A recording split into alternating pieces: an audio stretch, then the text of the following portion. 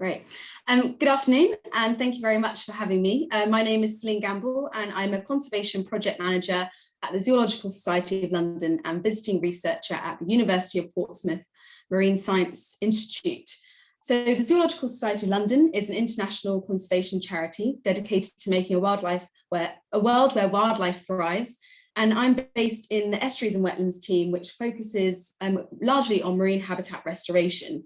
I believe my colleague Joe Pecorelli delivered a presentation back in November on European eel conservation. So if you haven't watched that already, I'd recommend going back and doing so. I think it's on your YouTube channel. So this afternoon, I'm going to be speaking about oyster restoration in the UK and the work that's being carried out to restore this somewhat forgotten ecosystem. So when I say the word oyster, I'd like you to take a minute to think about what first springs to your mind. And I'd like to guess that for a lot of people, many people are most familiar with oysters served in a restaurant, perhaps with a glass of champagne, depending on your age. And this isn't surprising, as oysters have long been a staple source of protein for humans. Humans share a bit of a love affair with oysters when you start to look into it, and there's evidence as far back as 8,700 BC of Stone Age hunter-gatherers harvesting oysters. So the Romans were particularly keen on the native oysters, and records show that they ate them in their thousands at feasts. So this drawing here on the left shows Oyster Day in 1835, and it's basically capturing the arrival of the first oysters of the season at Billingsgate Fish Market in London. And apparently this was a significant day for poor people, as oysters were a staple part of their diet as they were so cheap. So you could typically buy around 4 oysters for just 1 penny. So I have a bit of a question that I'd like to start off with for you guys. So I want to see if people kind of fathom how many oysters were eaten. So in the 19th century, this was at a time when the population in London was around 2 million. How many native oysters do you think were sold annually? I believe there's just been a poll posted. So the options are 200,000, 2 million, 20 million, or 200 million. Just going to leave that up for just a few seconds longer. Get your votes in. It is anonymous as well, guys, so we don't know who's voting for what. So please don't hold back. Get your vote in, and we'll see if you guys as a group can get it right. We've got 121 voted of 144, so that's not bad. That's good. Really good. Great. Okay, well, I will put you out of your misery. The answer is 200 million. So just to kind of put the answer out there, but thanks everyone for voting. It looks like the most popular was 20 million. Still very good answer. And yeah, 200 million is the correct answer. So just to move on. So what you may, I'm just going to close that poll. There we go. What you may or may not know is that when oysters are underwater in their natural habitat, they come to life capable of forming reef-like structures and supporting vast amounts of marine flora and fauna and biodiversity. So the beady-eyed of you might have spotted this teeny tiny spiny seahorse next to an assemblage of oysters. And this is an image that was taken by Stéphane Pouvereau in Quiberon Bay in France of an oyster restoration project there. I really like these images because, as I showed you on the kind of previous slides, I often see oysters in London kind of presented in oyster bars, and actually underwater, I think they can look quite nice. So I thought before I get stuck into what we can do about restoring oysters, I wanted to start with a bit of an introduction about what an oyster is and which are found in the UK. So oysters are sessile bivalve mollusks, and you can see here presented on the left the true oyster family tree. And as a group, they're over 500 million years old, and there are almost 30 different species of true oysters in the world. In the UK, you can typically find the European native oyster, Latin name Ostra edulis, and the Pacific oyster, Latin name Crassostrea gigas. And the European native oyster is the only oyster that's native to the UK and actually across the whole of Europe. So this map on the right is the known biogeographic range of the European native oyster. So native oysters are known to kind of inhabit from the Atlantic coast, from Morocco to Norway, the Mediterranean and the Black Sea. So a bit of ID, again, just before I get into the restoration side of things. So I thought it might be helpful to provide you guys with some info that you can look out for, perhaps if you're on a walk by the coast, that might be able to help you identify what a native oyster looks like. So a native oyster has a rounded, rough shell with pale yellow/green colouring, and they typically grow up to around 15 centimetres in shell height. They have a distinctive flat dorsal valve and a curved ventral valve. So you can see here the two kind of parts of the shell that come together. And you typically find them in shallow, subtidal, coastal and estuarine habitats. So take a good look at these images, because I am going to put another poll question forward in a few slides' time. So just to kind of show you the difference between the other species of oyster that you can find, so the Pacific oyster. So they have a slightly elongated shell. They have sharp curved edges that often look a bit curly, and they have purple-pink coloration. And you would typically find them within the intertidal zone, coastal areas and muddy estuaries. And they can, Pacific oysters can commonly be found around the coastline of UK and Ireland. They were originally introduced to UK waters in 1965, and this was to replenish the low fishery stocks of native oysters. And now they have become established, so you find wild or feral populations of Pacific oysters, and they are also farmed here still. And there are significant wild reefs of Pacific oysters in Cornwall, Devon, and also in other locations of the south of England. They are legally defined as an invasive non-native species, and they're classified as a medium risk. So I have another question to put out to the group. And so I'm just going to ask, there's two images that are to follow, and I'm going to ask whether you guys think this is a native or a Pacific oyster based on the information on ID that I've given. So I think we've got another question that's going to come up. Just a minute. Oh, here we go. So yeah, the options are Pacific oyster, native oyster, or that is not an oyster. So using that info, the things you look out for, the shell shape, any curvature, the coloration, all those kind of things can help you get to that answer. I won't give the answer to this one just yet. I will give it after I've asked the next photo that's to come. I'll just leave it a few more seconds, for you guys to get your answers in. Again, it is anonymous, so if you're not sure, still have a guess. Yeah, also it is a bit of a trick image. Well, not trick image, it's not the clearest of images, but I chose that on purpose to for you guys to kind of try and look for those hints and tips on that ID sheet I just gave. Okay, great. We've had 120 people answer. So I'll stop that there, and I'll move on to the next image before giving the right answers to these. So next image for you guys to look at, yeah, whether this is a native oyster, Pacific oyster, or if it's just not an oyster. I'm going to open up another poll. Okay, those votes are coming in. I think this photo is a bit clearer, so hopefully you might be able to identify the right answer.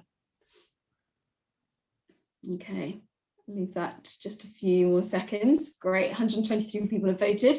And so I can confirm, so 76% of people answered native oyster for this image, and that was the correct answer. And the image before was the Pacific oyster. I think that was maybe a bit unfair of me, because that image before was a little bit less zoomed in than this one, but great answer with this one. 76% of you got it correct. Fantastic, thank you. So I just thought I'd put the two oysters up on a slide side by side. So on the left here, you can see the oysters have been opened up, and on the left of that image is a Pacific oyster opened up, and on the right it's the native, and then the other image on the right hand side of the screen is the kind of closed version of the oysters as a native and a Pacific. So hopefully next time, if you're on a coastal walk, or you come across some oysters, perhaps in maybe a restaurant, I often walk past them in London, and maybe you'll be able to use those ID skills to try and figure out which oyster's which. Okay, thanks for everyone engaging with that. That was fun. So right, moving on. So I've got an illustration here of the cycle of the European native oyster, and whilst I'm not going to go through every step right now, because it is quite an in-depth life cycle, there are some steps that are really helpful with regards to the science behind the restoration of the species. So Native oyster spawning typically begins when the surrounding water temperature reaches between 15 and 18 degrees centigrade. In the UK, this is typically around May to June time. However, the time of the year will vary across Europe with biogeographic range, climate change, and also annual temperature fluctuations. Oysters are patandrous hermaphrodites, which means that they alternate between sexes throughout their lifetime. And juvenile native oysters begin to develop as male, but then they alternate between genders after each breeding attempt. So the sex changing of parents can actually occur moments after the oyster has released its gametes. And this is how several spawning events can actually occur within individuals functioning as both sexes within a single breeding season, which is pretty cool.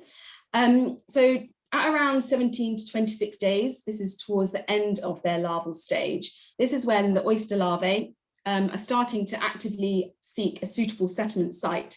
Before that, they've been floating around the water column, feeding and trying to kind of build up energy to that next stage of their life stage. So like I said, they're actively seeking that settlement substrate. And this is typically in the form of a hard calcium carbonate substrate. So it could be an old oyster shell or kind of a rocky substrate. And at this stage, these larvae have a visible foot, which I think is quite hilarious, which upon finding a suitable site, the foot secretes a liquid cement that secures the oyster onto that hard substrate. The oyster then undergoes further metamorphosis and the foot is reabsorbed, and then the oysters then become immobile once they've settled on that hard substrate. And within 48 hours of settlement, the oyster spat begins to filter feed and will grow at around 1 to 2 centimeters in that first year. So that's just a quick whistle-stop tour of their life cycle, which I think might come in handy later in the talk. So I'm going to try and share with you a video. Hopefully you can all see it. So basically, oysters are categorized by their water filtering abilities, and they use their valves to pump water across hair-like gill structures to filter out microscopic algae and small organic particles in the surrounding water column. Here, this video is a time lapse over a 4-hour period, with the left tank showing the clarity of the water without any oysters inside. And on the right, it shows the water being cleaned by oysters. I think there's about 20 odd native oysters in that tank. So a single oyster is capable of filtering around 200 litres of water per day. That's the size of your average bathtub. And when you times that by the millions of oysters that can come together when a reef is formed, you have an ecosystem that's powerful enough to vastly improve our coastal water quality. So I've got a bit of a case study to kind of highlight the importance of that water filtering abilities of oysters. So in Chesapeake Bay in the US, it's a good case study basically to explain this. And historically, healthy oyster populations, the density in this bay previously cleaned the entire volume of this bay in just 3 days. Now the oyster populations are relatively sparse, and it takes over a year, given the current number of oysters, to filter that water out. And this bay is particularly well known in terms of having areas of dead zones and buildup of excess nutrients. And actually, oysters can act as natural water purifiers. And a recent study by the Nature Conservancy found that for every 100,000 oysters grown and harvested annually, 6 pounds of pollution from nitrogen and phosphorus would be eliminated from Chesapeake Bay waters. So globally, there's oyster reefs once dominated many temperate and subtropical estuaries on Earth, and centuries of resource extraction, coastal degradation have pushed this ecosystem to the brink of functional extinction worldwide. So a study analysed the conditions of reefs measured across 144 bays and 44 different ecoregions. And overall, over the past 150 years, our global oyster reefs, so of all different species of oysters, have declined by 85% due to overexploitation disease and habitat loss. Of those remaining, over 1/3 are so depleted that they no longer function as ecosystems, particularly those in Europe, North America, and Australia, indicating that oyster reefs are really significantly threatened of marine species on Earth. So I just thought I'd show you an example of a remnant oyster reef. So this is an image of an Australian flat oyster reef known as Oyster Angazi in Tasmania. And you can see the kind of structure and the kind of assemblage of fauna and flora that can come together and create a really nice ecosystem. And this species, so Oyster Angazi, is endemic to southern Australia, and it ranges from Western Australia to Southeast New South Wales and around Tasmania. And actually the species is very closely related to our European native oyster. And so we've at meetings talking about the restoration of the species, there's an information transfer between international kind of collaborators. In Europe, our European native oyster has declined by 95% since the 1950s for the same reasons as on the global scale. And in the UK, we have just a few remaining populations of the native oyster, which can be found in the west coast of Scotland, south of England in areas such as the Solent and the River Fowl. And essentially the mechanism that oysters have been fished basically takes out the live oysters, but also takes out the shell substrate from the system, which is the preferred settlement choice of the oyster larvae. So that's the kind of reason we've taken out the broodstock and the mature native oysters that pump out the larvae, but we've also taken away their preferred settlement substrate. And you can see here there's a map which was recording the kind of known, expected oyster kind of reefs in 1883, which is the Osland Piscatorial Atlas. And the orange shading denotes where there was expected to be kind of oyster reefs around the UK. And from that, it's thought that there was a kind of ring of oyster habitat around the British Isles. And it's been estimated that we've lost an area around the size of Wales worth of oyster habitat. So our native oyster is on the path to extinction, and pretty large scale efforts are required to bring them back, which in turn will benefit both people, but also the health of our marine habitats. So further to the kind of water filtration, I wanted to just explain kind of the reasons why a lot of people are trying to restore native oysters before going on to the kind of techniques behind that. So oysters are recognised as ecosystem engineers and provide a range of services through the hard structures they create and their biological processes. So this infographic shows the provisioning services, regulating services, and also cultural services provided by native oysters. So I won't cover all of them, but a few include that enhancing biodiversity by creating reef habitat, by providing shelter and food for other marine life and wildlife, such as birds, for example, feeding on fish species. They can increase fish production by providing that nursery site for juvenile fish. And also, of course, they have provided an important food source for us. And I like to kind of say that although they're small in size, they are capable of making some big changes and keeping our oceans healthy and resilient. So I feel like now is quite a timely time to be discussing this topic. So we've recently entered the UN Decade on Ecosystem Restoration, and the aim of this decade is to prevent, halt and reverse the degradation of ecosystems on every continent and in every ocean. And it's all about creating a narrative about restoring our ecosystems and pushing for this hashtag Generation Restoration. And if you've not already engaged with the content, I'd recommend having a look online. They've got some really great kind of communication infographics that's kind of, great to kind of share and use for other projects.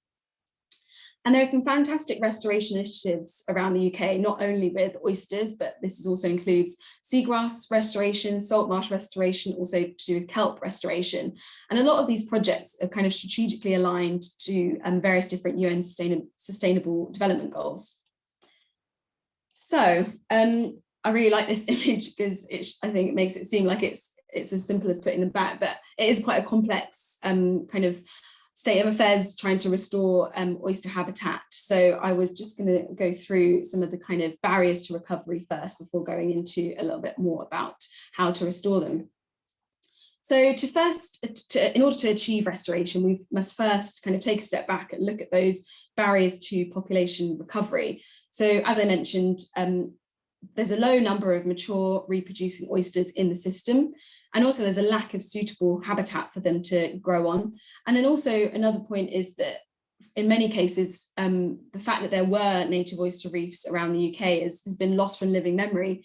People don't, necessarily associate native oysters with being an important part of some of the coastal towns and villages around the UK, which it once were. So a lot of people around the UK have noted this and they want to do something about it. So over the past 5 to 10 years, around 11 native oyster restoration projects have been established in the UK and also several more around Europe in areas such as Netherlands, Germany and France. So the map here is from the European Native Oyster Restoration Alliance. which is a European initiative that brings together all the projects in Europe that are trying to achieve a common goal. And we work with them very closely through the network, which I'm about to cover. So the Native Oyster Network for UK and Ireland, so it was established by ZSL and the University of Portsmouth in 2018. And the aim of the network was basically to facilitate the ecologically coherent restoration of native oysters. And we've been trying to achieve that on a national scale. And you can see here the map that I just showed, that we represent over 11 projects now and over 170 restoration practitioners who are all kind of hoping towards achieving similar goals. And yeah, I've included some of our details here because if you're interested in learning more about oyster restoration on that national scale, we've got a website covering all of the projects which have nice profiles on each of them. And also if you're interested in becoming a member of the network, I've got the email address up there as well. So if you just ping an email, you can join our communications list and receive our regular updates. So recently in November, we produced 2 guidance publications, which basically are how-to documents, along with kind of lots of authors and contributors through the network. Basically, everyone put together all the information that they've gathered over those 5 to 10 years, putting together a really neat handbook on everything that someone would need to set up their own oyster restoration project. And we also did the same for biosecurity because there's various different, very important biosecurity considerations to highlight when restoring the European native oyster. And both of these publications are available to download on our website through the resource link that I think will be shared in a minute. Yeah, there we go. And now we've had a few oyster restoration projects pop up around the UK. We're starting to realise who might benefit from oyster restoration. And obviously, because they provide all those ecosystem services, there are a vast amount of stakeholders, including local economy, recreational fishers, coastal communities, and also commercial fishers who can benefit from the services that oysters provide. So this is another one of those infographics that Kira mentioned. Quite proud of these infographics, put them together quite recently. And yeah, kind of showing how it all links together and how, it's a very beneficial kind of venture for lots of different people.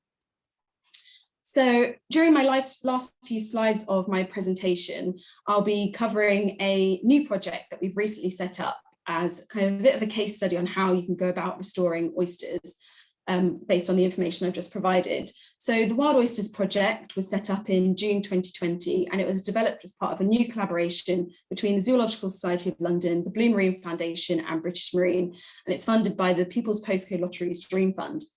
And the aim of the project is for the UK seas to have self-sustaining populations of native oysters, which, as I mentioned, provides the clean water, healthy fisheries and plentiful biodiversity. And also we're really trying hard to reignite the national kind of appreciation of this species within the communities that we work. So we basically designed the project to align to those key barriers that we've identified. So at each restoration hub, we're installing 46 oyster nurseries. So an oyster nursery, you can see here in this image on the far left, is essentially a structure that contains 27 mature native oysters. And the purpose of these are providing a larval source, so releasing those larvae back into the system. The second stage of the project is to carry out seabed restoration. So we'll be carrying out baseline surveys to understand the kind of the current population or seabed in the areas that we're working in. And in some areas, this will mean reintroducing the substrate required for larvae to settle on, for those oysters to settle on and start to form that habitat. And then also we've developed an outreach and education program for both secondary and primary school students and developed a range of education materials in line with the national curriculum. So I'm going to share my screen now with another video. So this is a video that was captured by some colleagues at the Blue Marine Foundation in the Celine Oyster Restoration project. And you can see the videos basically going underwater and showing what these oyster nurseries look like underwater. I might actually fast forward if I can to when there's some fish kind of interacting with it. And essentially when these oyster nurseries are pulled up from underneath, so basically they're installed on marina pontoons, and when you pull them up from under the water, you often see a whole ecosystem that comes out with it because of the mini ecosystem and the kind of attraction to other marine species that they provide.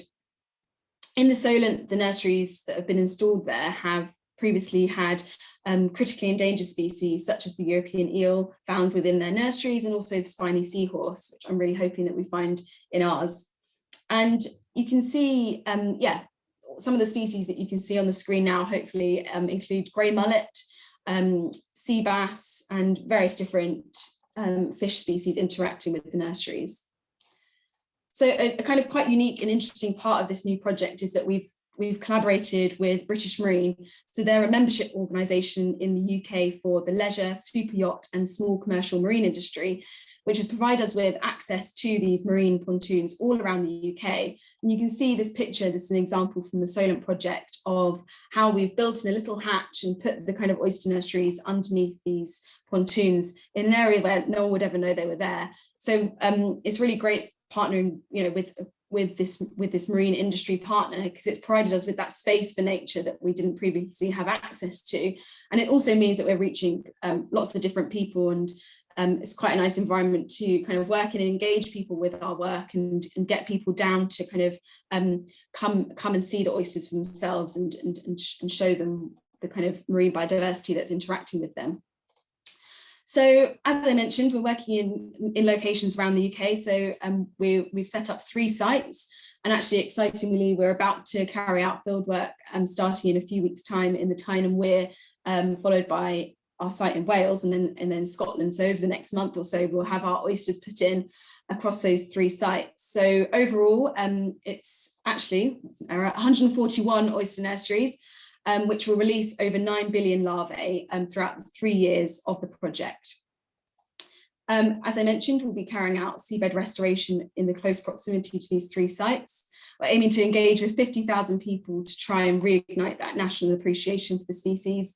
And as I mentioned, we'll be delivering schools education, and also we'll be engaging with citizen scientists. So if I'm not sure if anyone will be, but if you're living in close proximity to any of these sites, then there's definitely the opportunity, when COVID permitting is allowed, that we'll be welcoming volunteers and to come and help us with our project. Which kind of leads me to the end of my talk, where if you've enjoyed hearing about oyster restoration today, we invite you to get involved. Obviously, of course, unfortunately for now it's remotely, so I've been thinking of ways we can do that remotely, which could be, if you found out an interesting fact during this talk, to share it on social media. You can tag us in it and we'll share it using the hashtag Wild Oysters. If you follow the progress of our project on Twitter, like I mentioned, there's going to be volunteering and citizen science opportunities at the sites, and our website will be launched in the coming weeks as well, so you can keep an eye out for that. And then we're also going to be having an online citizen science opportunity as well, which will be on our website. So I will, again, that's something to look out for in the coming weeks. So that's everything from me, and thank you very much for listening to my presentation, and thanks to the Field Studies Council for organising today, and very much looking forward to any questions that I might be able to answer from everyone. Thank you. Brilliant, thank you very much, Celine. I'm just going to stop sharing your screen so that we can see everybody again. How do I do that? Can you stop sharing your screen, Celine? Is that okay? And we'll get the gallery mode. If people want to turn on their videos now, they're more than welcome to. So now's the time we're going to take some questions. So I know we've got a few in the chat, so I'm going to go to Mika in a minute. But before I do, I just want to give people the chance to raise their hand if they've got a question they'd like to ask Celine in person. While you're considering what your questions are, just a couple of things to point out. I've dropped a link in the chat about feedback form. So we do share the feedback with our speakers as well. So if you'd like to give us feedback about how well the talk's gone or about the subject, then please do. I've also been a bit cheeky and dropped a link for a new donations page that we've got specifically for the Biolinks project. So if you want to donate to the Biolinks project so that we can do more of the training that we do, then please do feel free to give us your money. We will accept it with open hands. Right, okay, so to questions. Robin, I see you've got your hand up. Would you like to unmute? Yeah, okay. Hi there. Hi, Kieran. Hi, Celine. Just one thing, picking up on the sort of the latter stages of what you said. You seem to have a really good opportunity in utilising the network of marinas as nursery sites. Obviously, I'm sure you're aware of what there are issues around marinas given the environmental conditions that they provide in terms of non-native species, particularly, but also kind of issues around cleaning and what happens with material cleaned off the pontoons. Kind of, how do you see all of that fitting in with the use of them as your nursery sites? Yeah, that's a really great question. That's something that we've built into the kind of project development phase of the project. So in that map, you'll see that we're working across England, Scotland and Wales. So it means working with NRW, Nature Scot and also Natural England to basically advise on the best way forward with that. And essentially we've developed biosecurity plans for each of our sites, which is something that was included in that biosecurity handbook that we produced. And essentially each site has a custom-made biosecurity plan, which takes into considerations the local, any local invasive species to try and stop the spread. So an example of that would be our kind of engagement with Nature Scot and Marine Scotland and kind of developing a really extensive biosecurity plan to ensure that we don't kind of contribute to anything negatively. And also second to that, I would say working in these marina sites, it provides us with a really great opportunity to engage with the marine industry and kind of, you know, thinking about ways that we might be able to try and mitigate impact of the marine industry on the marine environment. So using these oysters as a kind of window into the ocean and showing people that there are kind of living things under marinas and kind of demonstrating that through that provides us with a really great opportunity to engage with a different kind of stakeholder group that I've not previously worked with as well. I hope that helped.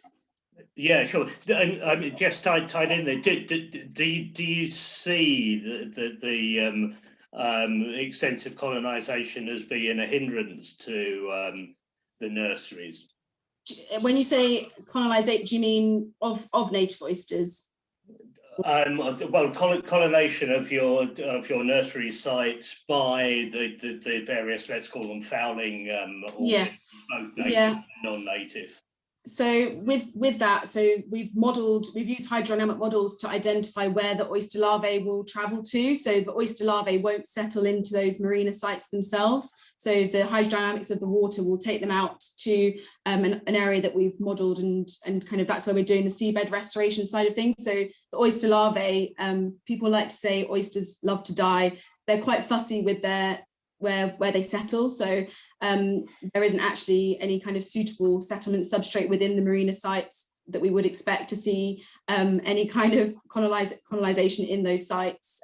Happy to, if you email me, I'd be happy to discuss it further and maybe think about a more comprehensive answer to your question. Okay, great, thanks. No worries. Oh, wait, sorry. I was trying to answer a question in the chat and I started playing a YouTube video in the background by accident.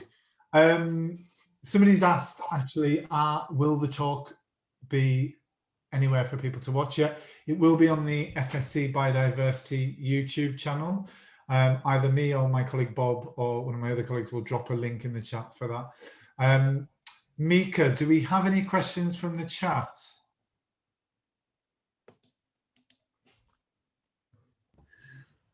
Yeah, we got a few, quite a few questions. If we take one or two, and then I'm going to go to Kat, who's got her hand up. So if people want to make sure that their question gets asked, putting your hand up is the best way to do that, I'm afraid. Mika, what's the first one? So the first one's from Stephen, and one of his questions is, what is the native range of the Pacific oyster? Yeah, so it's introduced, I think, from the Pacific Ocean. That's a great question. I'd have to kind of double check, but yeah, it's my understanding from the Pacific Ocean, so it's not not native to the European kind of distribution of the native oyster that I mentioned earlier. Okay. I did see another question about the Durnock, was it the Durnock Firth? Let me just have a look. Mentioned in Scotland. Oh yeah. Yes, that was yeah. I've seen one from Terry. So I think there's an oyster restoration project in the Durnock Firth to do with the deep. So I think it's the Deep Environmental Enhancement Project. So that's a really exciting project where it's a collaboration between a whiskey distillery and I think the Marine Conservation Society and Heriot-Watt University. So there's a profile on the Native Oyster Network all about that project if anyone's interested in kind of learning more about that particular site. That'd be great. Thank you very much.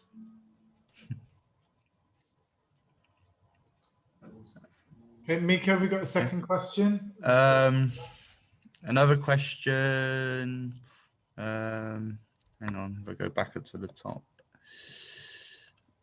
There was one from Katrina. She says, Mika, if we skip that one, because Kat's going to ask it next. All right, okay. There's one from Karen saying, is there an effort to remove Pacific oysters and use those areas to establish native oysters? Yeah, really interesting question. We're still trying to find out more about the kind of interaction between native oysters and Pacific oysters. There's evidence of kind of joint beds, which I think is really interesting. So with the work that I'm doing, there's no kind of eradication program, but I do know that there's certain sites around the UK where they're trialing different methods to see if eradicating has any impact on native oysters. But from me personally, with the Wild Oysters Project and the Native Oyster Network, I think we're just more interested to find out about the interactions between the species and kind of learning more about the possibility of joint beds, because also obviously Pacific oysters do carry out a kind of similar ecosystem service function as native oysters in terms of their water filtration, for example, and also they do provide that settlement substrate for native oysters as well. So I think there's still a lot to learn about the interaction between two species. Yeah, okay, so we're going to go to some live questions now. Kat, you've been waiting very patiently for ages. Would you like to unmute and ask your question to Celine? Right. I was just asking, I think there was something on Country File or something about a community project which was restoring seagrass, and so that was on the west coast of Scotland. So that might be worth other people chasing up. I was just wondering if there was anything planned to, because of their filtration and everything, to work in conjunction with salmon farming, or is that a completely different ecosystem? Is it too deep? Was it, you know, because yeah, so it's intertidal. So with native oysters, it's intertidal. Yeah, no, I haven't heard anything about the kind of interaction with salmon farming, unfortunately. I'd have to look into that more, but yeah, you're right. I remember seeing the seagrass restoration efforts, and also there's other oyster restoration, community-led oyster restoration along that west coast of Scotland as well. But yeah, I've not seen anything recently, at least, with kind of oysters and salmon farming. But yeah, I'll have a look into it. Because the salmon farmers are getting rash to sort of cleaning up salmon, and I thought, if you had added the oysters, you've got this perfect sort of balance. Yeah, that's really interesting. I'll have a look into that. Thank you for raising that. But no, unfortunately, don't have any further info on that. All right, thanks, Kath. Thank you, Celine, for answering as well. Nikki's got a question for you now. Hiya, I can partially answer the first question about salmon farming. There are now some projects where mussels are being grown very close to salmon farms in some parts of Scotland. I can't remember where, possibly Loch Fyne, but it is an idea. I mean, salmon farming, as you all know, is a massive problem. But that wasn't the question I was going to ask. I was concerned about the pollution from hydrocarbons. If you're using marinas, there is always diesel lurking around in marinas, and that's going to be a serious problem. No, it's definitely something that when we visited all the sites as part of the kind of risk analysis, obviously that is something that came up. So something I probably should have mentioned a bit more in depth is that the Wild Oysters project was actually born from a pilot study. Well, not pilot, it's an established project in its own right in the Solent. So in the Solent, and it's the Solent Oyster Restoration Project. So they put oysters in marinas all across the Solent, and they've kind of monitored them, monitored their survival, monitor them on a monthly basis for many, many years. And so that was the kind of proof of concept and kind of validated this second project. So there was a PhD, a 3-year PhD that I could share a link with you about their kind of survival within marina sites. And they have found that they can, obviously, yes, there are some kind of diesel spills, but they can survive through that. So I can share that link and see in case that's of further interest, but we have proven in other projects over a 3-year period that they have survived within marina sites. And actually, I think it's a really interesting opportunity to basically maybe provide a bit more environmental kind of focus on those sites as well. So it kind of opens up an opportunity in that sense as well. That sounds really good, because there's a new marina about to be built in Granton Harbour in the Firth of Forth, where there used to be a massive oyster bed. And I was wondering if that would be a good site to put it. But if there was going to be a lot of pollution, I wouldn't want to do it. Yeah. But if it sounds quite positive. Yeah, I can share. I'll find the link to the PhD, and if you feel free to get in touch, and I can share information about that. And yeah, the whole kind of aim of this project is to kind of catalyse further oyster restoration projects and try and engage with other marinas to carry out this work. So we are putting together another guidance publication that's more focused towards the marine industry and kind of factors they'd need to consider. So I'd be happy to share that with you as well. Cool, thank you. Thank you. Thank you, Nikki. I think we've got a question now from Felicity. Yes, thank you. It really follows on from the last one. I wondered if, and can you hear me? Yeah.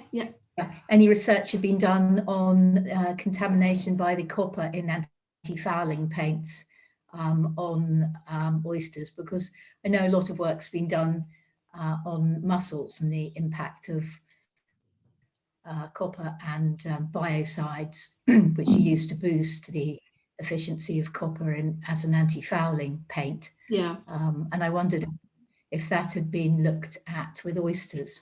Yeah, I'm not aware of kind of research with copper, but I do know with TBT, historically, there is evidence of a really negative impact of fouling TBT on oysters. I'd have to look into the exact with copper in terms of their survival. But I do know that obviously anti-fouling methods have come a long way, obviously, since over the years. So yeah, no, I can look into that and have a look and get back to you.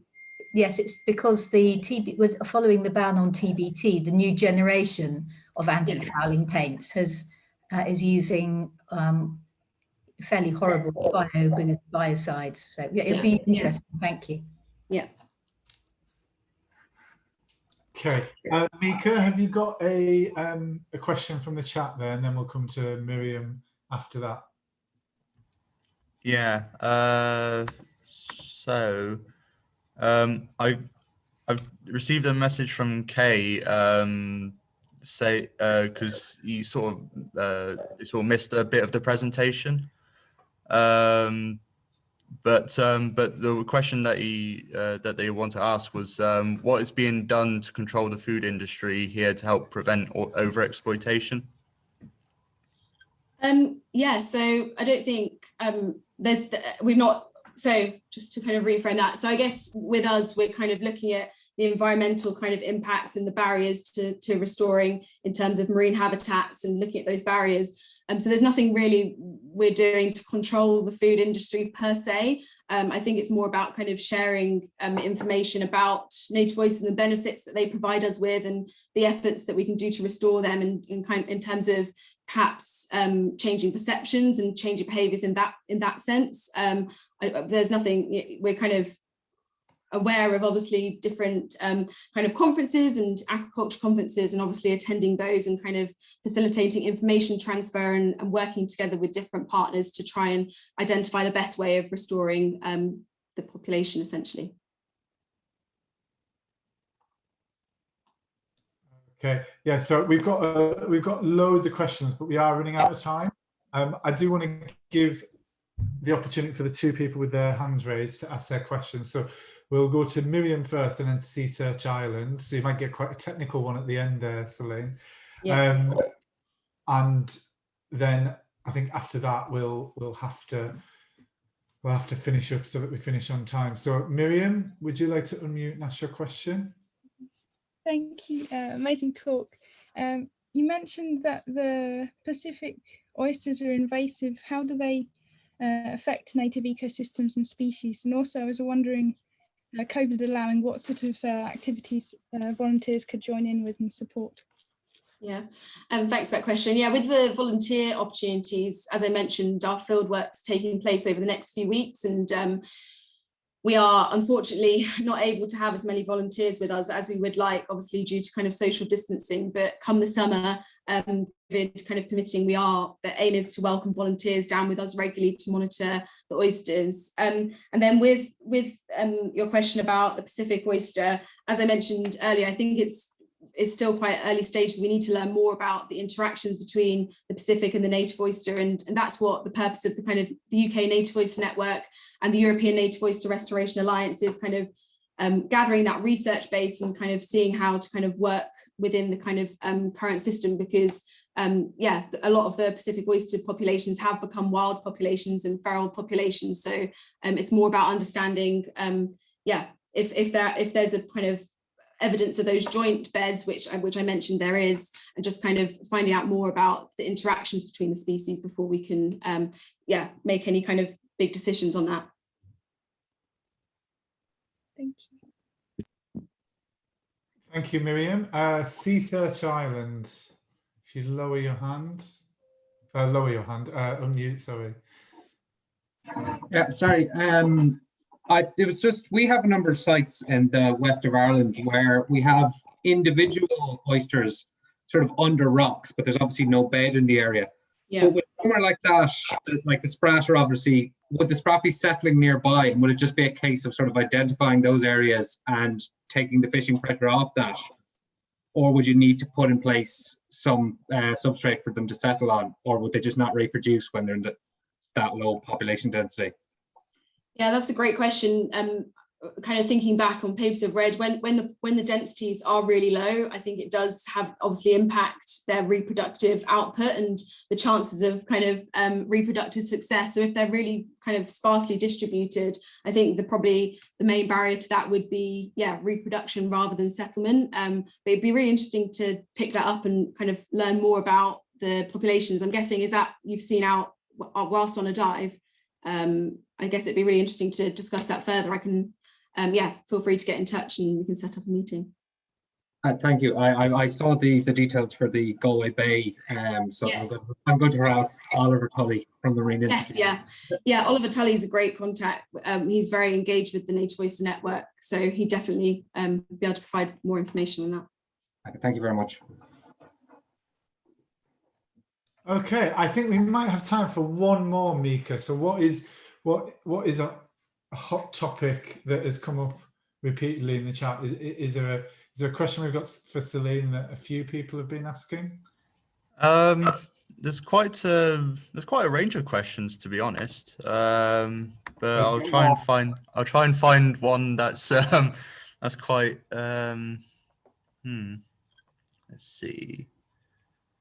Okay, so we have, all right, I'll do, yeah, actually no, I'll do this one. So we got one from from Maria. She's asking, like, are they affected by climate change, particularly because she's saying particularly because some aspects of their life cycle are temperature dependent, and potentially the algae on which they feed may also be affected? Yeah, exactly, definitely. So thinking back to the life cycle when we mentioned the spawning and the temperature at which they spawn, I definitely think, yeah, climate change and the impact of climate change on ocean temperatures will definitely, impact oysters, but also many different marine species in terms of their behavior and how they kind of interact and kind of inhabit the marine habitat. So yes, definitely. Was there a second part to that question? Sorry. But yeah, she was totally right. It will have an impact on all kind of elements of both kind of their life cycle, but also feeding behavior and the availability of food as well. Okay, thank you for that. Well, on that note, I'd like to say a big thank you to Celine. I'm sorry we won't have time for any more questions. But yeah, so a big thank you to Celine and a big thank you to ZSL. It sounds like an absolutely fantastic, not even project, but series of projects. So I'm sure I speak for everybody when I wish you the best of luck with your endeavours, and hopefully we'll see more and bigger and better native oyster populations popping up across the UK.